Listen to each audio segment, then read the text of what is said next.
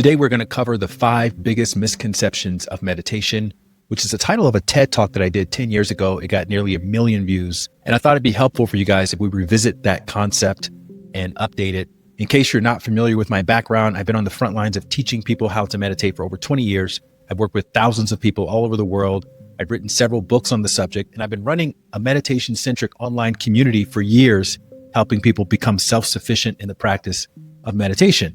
And as popular as meditation is these days, in the general public, it's still a very ambiguous practice for a lot of people.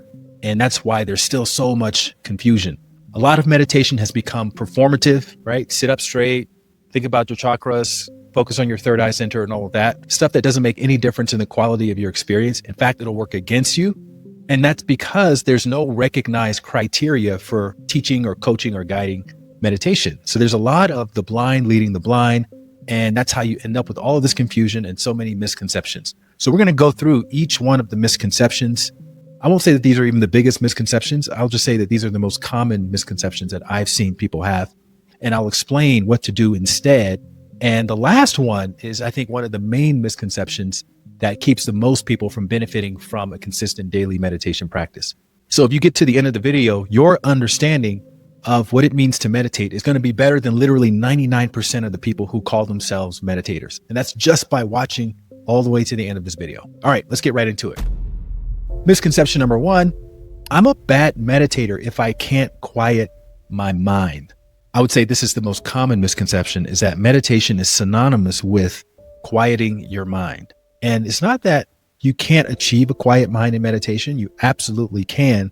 But here's the thing. If you try to quiet your mind, you're going to get the opposite experience. Your mind is going to become even busier. And it ties back to that old saying, what you resist persists. So the practice of meditation really is about doing less resisting, and more accepting and embracing and surrendering to whatever you're experiencing. And as you do less, then you begin to accomplish more. So going forward, when you sit down to meditate, you want to minimize the amount of focusing you're doing, the amount of concentrating you're doing, the amount of contemplating you're doing. And I know that's what you hear a lot in meditation circles and in meditation guidance. Focus on your breath, notice the white lights, see your thoughts like clouds in the sky.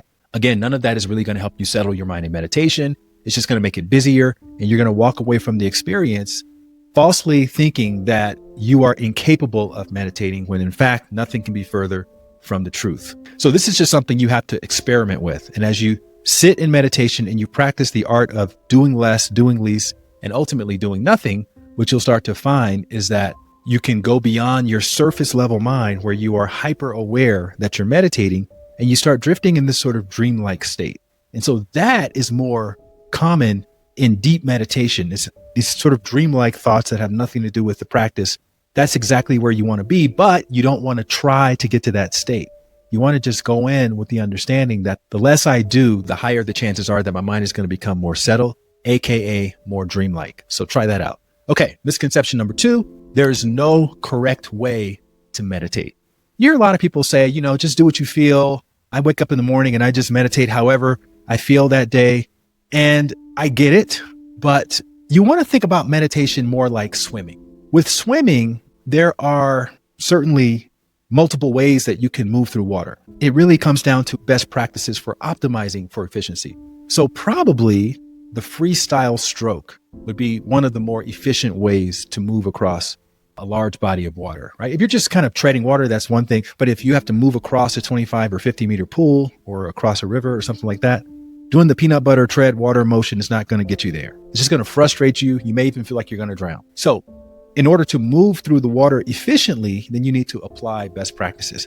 And with meditation, there are certainly best practices for settling the mind. And it ties back to what we talked about in the first misconception, which is that a busy mind doesn't have anything to do with the fact that you're a bad meditator. You're going to have a lot of thoughts. And so that's just a part of the meditation experience, is being okay with having a lot of thoughts. So really the most important best practice is the only thing you can truly control in the meditation. You can't control how many thoughts you have. You can't control if you fall asleep or not. You can't control if you hear noises or not. You can't control if your body feels antsy or not. But what you can control, and this is what you're going to actually practice in the meditation, you can control how you feel about those things. You can control how you feel about the busy mind, about falling asleep, about hearing noises, about the body being antsy and all of that. And so the best practice when it comes to your attitude is to adopt the attitude that this is exactly what's supposed to be happening in the meditation. In other words, no resistance, because what you resist persists. So if you have no resistance, then those experiences don't persist. And the irony is that you will start to experience more and more of a settled mind. So this is a principle which is considered to be a best practice. I've never heard anyone that I've worked with over all these years and over all these thousands of people come into the room and say, you know what, Light, I want to have a busier mind in meditation. Universally, everybody wants to have a quieter mind. So in order to achieve that quieter mind, you have to do less, do least, do nothing, which means you have to minimize the resistance. And the best practice for doing that is to adjust your attitude. Okay, number 3, I don't have time to meditate.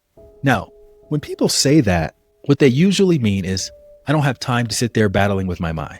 And that's because meditation is in this category of activities that feels very laborious, very tedious, and sometimes it can even feel stressful, more stressful than the stress it's supposed to be releasing. So what we want to do is we want to move meditation from that category over to the delightful category, where you have playing with puppies and going for Sunday brunch and drinking your first morning coffee and, things that people look forward to. And the way you do that is by following the suggestions in the first 2 misconceptions. So you definitely don't want to resist anything. That increases the enjoyment factor. And also, you don't really need to meditate for more than 10 or 15 minutes. You don't need to sit with your back straight. You don't need to cross your legs. In other words, you don't need to look like you're meditating. In fact, I would say that if somebody walked in the room and they saw you meditating and they knew immediately that you're meditating, you're working too hard. You're using way too much effort. Instead, you want the person walking in the room to look at you in whatever position you're in and say, oh, they're just chilling out. They're just relaxing. Or maybe they fell asleep while they were reading a book or something like that. In other words, you're sitting with your back supported. Maybe your shoulders are even rounded a little bit.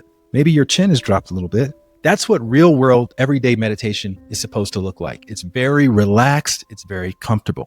Well, Light, what about the monks? And what about all the pictures I see on Google of people sitting with their back straight and their chin up and focusing on the third eye center? First of all, those pictures on Google are not people actually meditating. Those are actors and models who are being paid for stock photography to sit like the photographer tells them to sit. And I've been one of those people where the photographer says, okay, can you sit with your back a little bit straighter? Can you bring your fingers together like this? It's all kind of, again, performative. It's stereotypical. It's the caricaturization of meditation. The last thing you want to do in your real world is emulate those people because they're not actually meditating. And then the monks are kind of like the Olympian athletes of meditation. These are people who all they want to do is sit around and meditate all day long, which is great, right? They want to expand consciousness. They don't care about jobs. They don't care about relationships. They don't care about recreational activities. They don't care about raising kids. All they want to do is close their eyes and sit around and meditate. And so they look for more extreme ways to expand consciousness.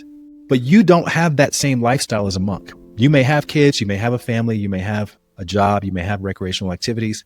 You may have other things that you genuinely like to do in addition to sitting and meditating for 10 or 15 minutes a day.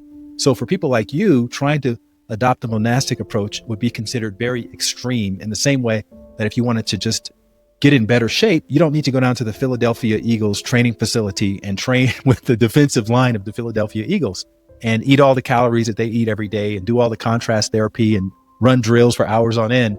You may just want to run around the block a couple of times, right? And that's good enough for you so that you can fit everything else in. And so with meditation, sitting comfortably, being relaxed, being more chilled in your experience definitely is going to lead to better results, and it's going to get meditation out of that torture category and into the delight category. So once you do that, then you will start to have time, just like you make time for other things that you enjoy. You have coffee drinkers go on trips to foreign places, and the first thing they do is they work out, okay, where am I going to get my coffee? They make the time to figure it out. And it's because they enjoy it so much. People who are exercise fanatics, I'm one of those people. You go to any place, you travel any place and you work out, okay, how am I going to get my exercise in today? You figure it out because you enjoy it so much. People who have a sweet tooth, they figure it out. So like that, when you enjoy meditation, you figure it out. So it's not a time issue, it's an enjoyment issue. Hey, if you've been knocking your head against the wall when it comes to daily meditation, falling off the wagon, getting back on, not quite sure if what you're doing is working, don't worry, I got you. For a limited time, I'm giving away my signature 7-day meditation kickstart for free to you, my spiritual perspective listeners.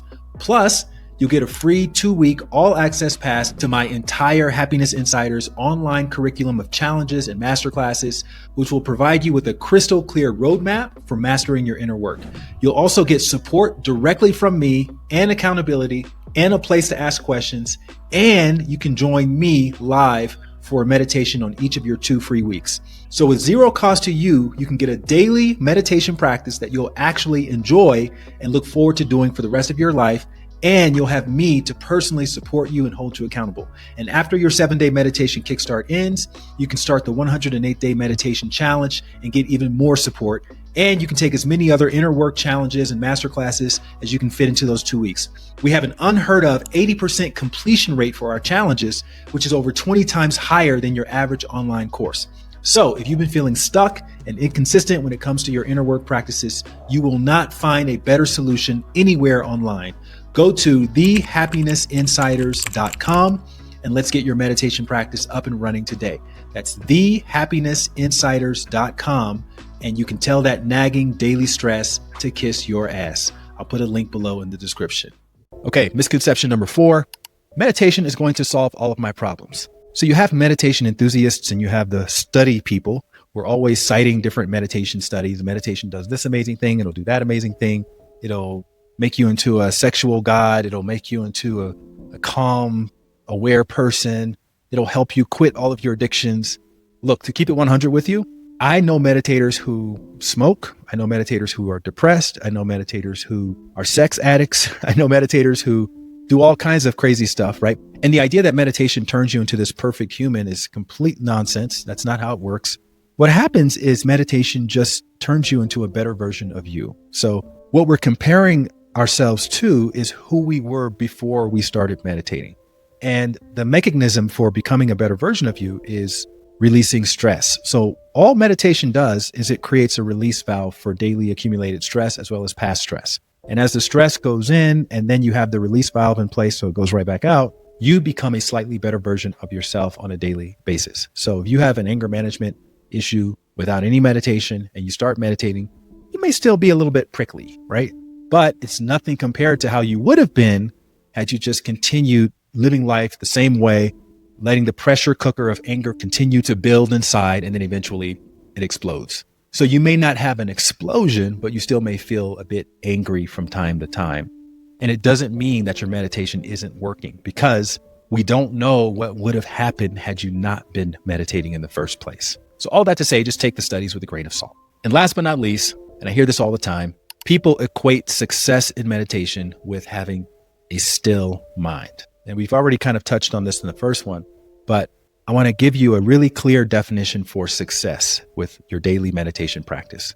And I'm emphasizing the word daily here because if you're not doing it every day, you're probably not going to have as many data points for gauging success properly. Okay. So the way you gauge success in meditation is simply based on how adaptable you're becoming to change, to pressures, and to demands on a daily basis. The only question is, to what degree are you able to adapt to those changes? Now, you may not be in some war-torn country where you have to save people and do all kinds of adventurous things. You may have a very quiet life.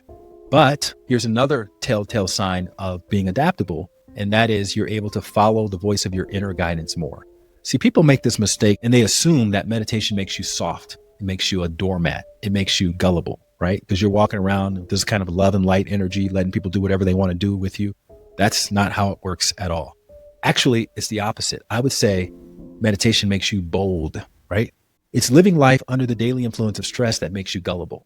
Stress, which puts you in survival mode, makes you do and say things that you need to do in order to survive, which includes playing small, lying to yourself, betraying yourself and others, being deceptive, being manipulative, and sacrificing long-term ambition for short-term gratification.